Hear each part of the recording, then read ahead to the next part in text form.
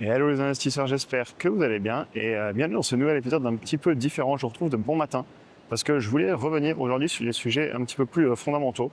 Donc j'ai pris des notes sur le téléphone et je pense que cette vidéo va s'appeler un titre du style "La baisse en bourse est-elle annulée?". On nous annonçait une rentrée difficile sur le CAC 40, une rentrée politique en France notamment, aux États-Unis. Le mois de septembre, généralement, il est pas très bon et c'est souvent vrai. D'ailleurs, septembre a été quand même globalement, pardon, août a été un petit peu difficile aux États-Unis. Et aujourd'hui, enfin hier et ce matin quand je me réveillais, eh ben, le Nasdaq 100 et le S&P 500 ont ouvert pratiquement sur les plus hauts, enfin sur les plus hauts historiques d'ailleurs. Hier dans la journée, ils en ont fait. Et au final, bah, du coup, est-ce que la baisse elle est annulée? Et ça, c'est le genre de questions que je ne vais pas trop chercher à me poser parce que je suis bien souvent investi autant que possible. Évidemment, je gère un peu mes finances personnelles, on va en parler juste après. Et d'ailleurs, cette vidéo, elle rebondit sur une vidéo qu'on avait fait dans la communauté il y a 2 semaines. Je l'avais fait en voiture, j'étais sur le départ, où justement on reparlait de toutes ces peurs politiques qui arrivaient pour la rentrée, etc.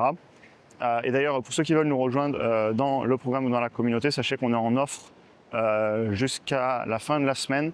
Vous avez les liens en description et si vous voulez nous rejoindre notamment dans le programme pour avoir tous les modules de formation vidéo, aussi la communauté, mes ordres, mes ventes, tous mes fichiers, la méthodologie, etc. Fin de l'instant de publicité et d'ailleurs merci à tous ceux qui nous ont rejoints depuis le début de la semaine dans la communauté et le programme, ça fait plaisir. Et honnêtement, la dynamique est exceptionnelle. On en revient à la vidéo, c'est le petit instant publicité qui est important aussi parce que c'est grâce à ça qu'on peut continuer la chaîne YouTube et essayer de toujours amener le plus de valeur possible. Maintenant, sur cette baisse qui devait avoir lieu, ben, j'aurais aimé qu'elle ait lieu. D'ailleurs, on l'a eu un petit peu sur certaines actions. J'avais racheté du IMS, j'ai pu acheter d'autres entreprises aussi, dont on a déjà parlé sur la chaîne. Vous avez toutes les vidéos d'analyse individuelle, ce n'est pas l'objectif aujourd'hui. Mais au final, voilà, si le marché veut me vendre des actions à des prix que je trouve pertinents, bah, mais je ne vais pas paniquer. Je ne vais pas m'en inquiéter. Amenez-moi à la baisse, il n'y a pas de souci. C'est clairement ma vision des choses. Évidemment, faire ces analyses en amont, gérer ses émotions, savoir pourquoi on achète, à quel prix, quel actif, etc. Mais sur le long terme, c'est pertinent. Et d'ailleurs, c'est marrant parce que j'ai regardé ce matin le portefeuille d'actions individuelles que j'avais relocalisé, j'entends, il y a un peu plus de 2 ans, toutes les actions sur un Interactive Broker, sur un courtier, comme ça, il n'y a plus de débat sur calculer avec un fichier Excel, rentrer ce qu'on veut. Non, c'est pas moi qui calcule, c'est le courtier. Eh bien, il a tapé un peu historique hier et la performance, j'en suis très satisfait, on en parle souvent dans le school. Donc voilà, pas à me plaindre. Évidemment, ce ne sera pas toujours comme ça peut très bien rebaisser à des moments, mais c'est pas grave, je serai là pour acheter.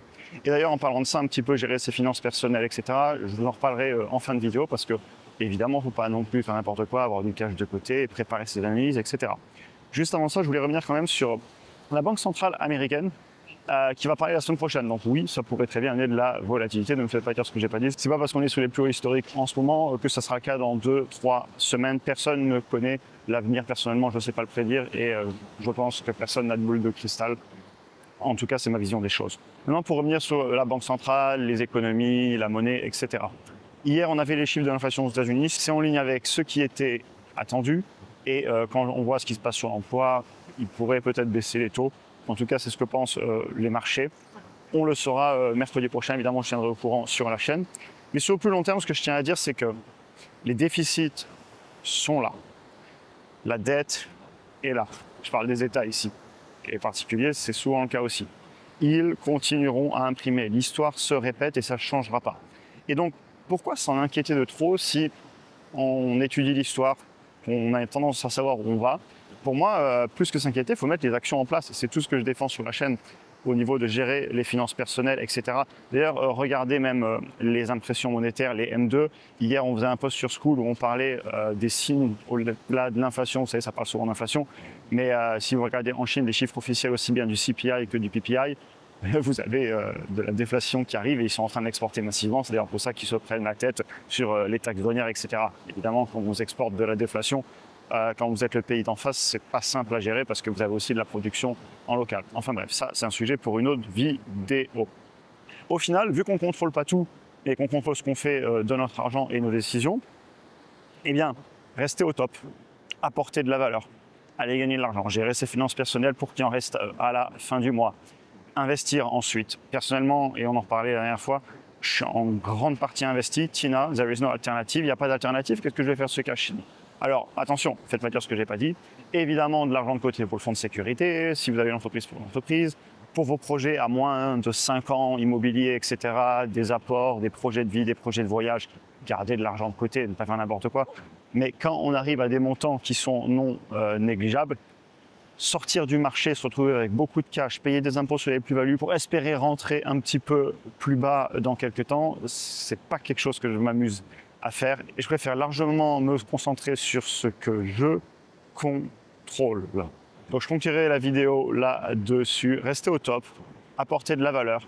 Évidemment, faire attention à ce qu'on achète en bourse, continuer à l'étudier, diversifier ses actifs. Je n'ai pas tout en actions individuelles, loin de là. Et une fois que ça s'est fait, ben voilà, on ne reste pas trop dans le fiduciaire, on fait attention, on connaît la direction que c'est en train de prendre. Et d'ailleurs, c'est pas étonnant que énormément d'actifs reviennent sur les plus hauts. Tina, there is no alternative. Où est-ce qu'on va mettre cet argent? Donc oui, énormément d'actifs se comportent très bien. Et tant mieux, puisqu'on est tous investis, et je sais, on en parlait, et j'ai reçu des messages, je ne suis pas le seul à faire des plus hauts historiques en ce moment. Et une fois qu'on a bien géré ses finances personnelles, qu'on a son fonds de sécurité, que ces projets un peu plus court terme, on a le cash de côté, qu'on investit, qu'on a une mentalité de battant, et bien une fois qu'on a bien préparé ses arrières, ce que je viens de vous décrire, et qu'on est en train de préparer son avenir, être aussi un petit peu agile, savoir prendre les bonnes décisions au bon moment, ne jamais s'ennuyer, ne pas hésiter à bouger, à faire les choses qu'on a envie de faire. Au pire du pire, la situation qu'on avait avant, elle sera certainement encore là et au moins on n'aura pas de regrets. Donc être agile, apporter de la valeur sur le marché, s'occuper de ce qui est dans notre contrôle, c'est une phrase très connue mais je pense qu'en investissement et en finance personnelle, elle est d'autant plus importante. Et ensuite, vivre, profiter, mettre les actions en place. Il n'y a pas que la bourse. Quand ça va bien, évidemment, on la regarde, on est content.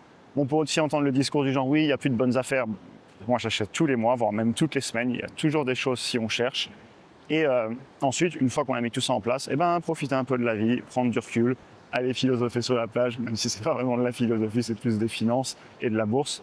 Mais voilà, j'espère que ça vous aura intéressé en tout cas comme vidéo. J'ai essayé de faire un petit peu de montage avec 2-3 photos. Je pense que ça peut donner un petit peu de dynamisme. Dites-moi ce que vous en avez pensé.